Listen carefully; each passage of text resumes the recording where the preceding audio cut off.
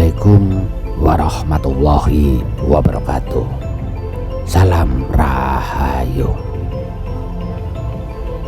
Para pecinta YouTube channel Kisah Para Leluhur Nusantara, pada kesempatan ini kita ingin membahas tentang karomah 5 kiai. Ya, 5 kiai Nusantara yang sudah sangat terkenal. Yang pertama, kita akan membahas tentang karomah Abah Guru Sekumpul. Yang kedua, kita akan membahas karomah Abbas Buntet. Yang ketiga, kita akan membahas karomah Kiai Hamid Pasuruan. Yang keempat, kita akan membahas karomah dari Abah Anom. Dan yang kelima, kita akan membahas Kiai Holil Bangkalan. Ya, membaca kisah-kisah karomah Kiai Sepuh bisa menjadi sarana untuk meningkatkan keimanan kita kepada Allah, Zat yang mengkaruniakan karomah-karomah tersebut di Indonesia. Ya, di Indonesia terdapat beberapa kisah Kiai Sepuh yang dikenal dengan karomahnya.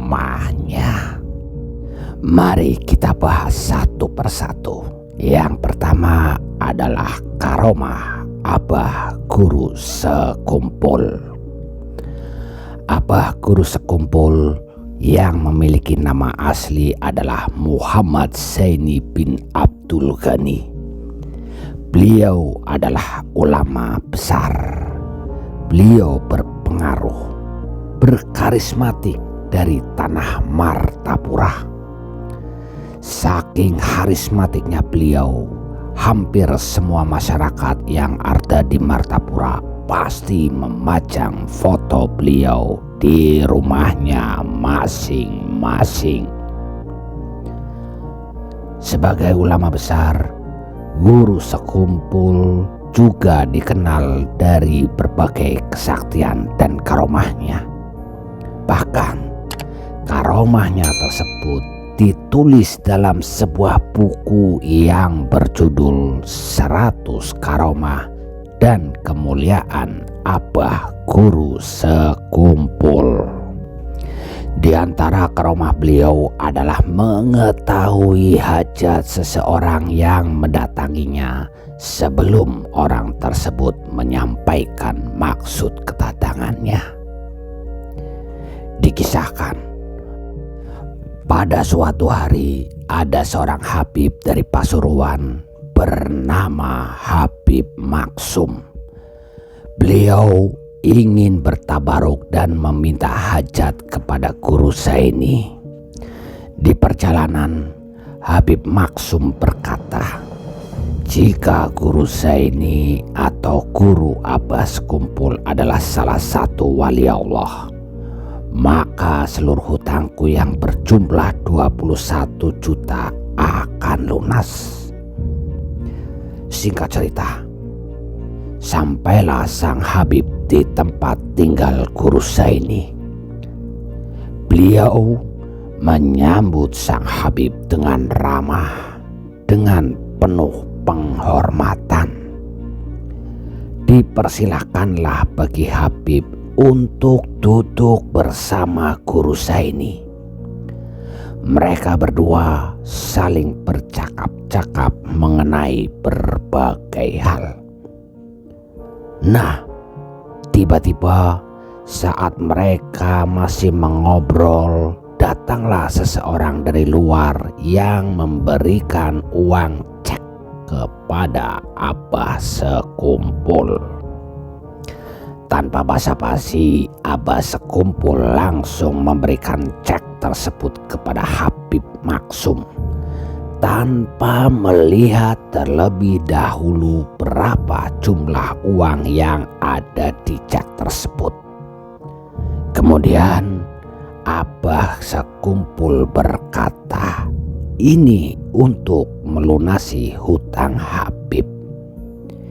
Disinilah betapa terkejutnya sang Habib dengan peristiwa ini, karena ternyata jumlah uang yang terdapat di cek tersebut adalah 21 juta, persis dengan jumlah hutang sang Habib. Padahal sejatinya sang Habib belum menyampaikan hajatnya terlebih dahulu, tetapi Abah Zaini sudah memberikan apa yang dia harapkan sebelumnya. Itulah salah satu karomah dari guru Abah sekumpul. Sekarang kita masuk ke karomah kiai yang kedua, yaitu karomah Kiai Abbas Buntet. Ya, Kiai Abbas Buntet merupakan seorang ulama besar dari Cirebon yang masyhur dengan keterampilan pencak silat yang sangat mumpuni, serta masyhur juga dengan kesaktiannya. Nah, salah satu kesaktian beliau yang terekam dalam sejarah adalah saat perjuangannya melawan penjajah Belanda.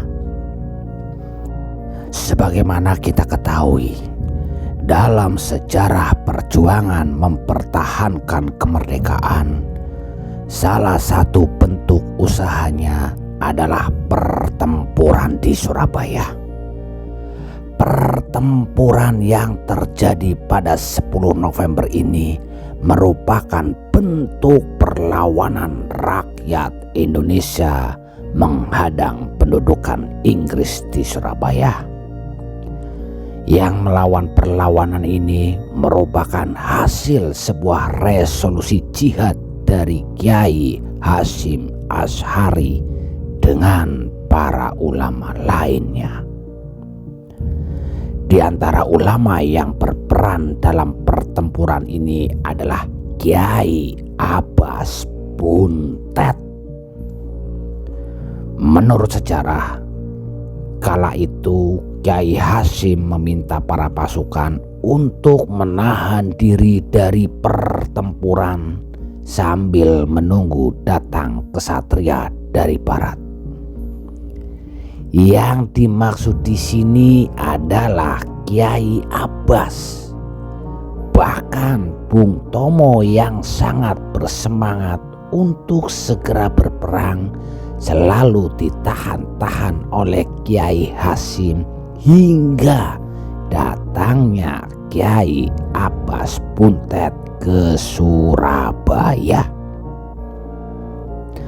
Para pecinta YouTube channel Kisah Para Leluhur Nusantara, singkat cerita, Kiai Abbas datang dari Cirebon bersama pasukan santrinya yang telah siap untuk bertempur melawan penjajahan Inggris.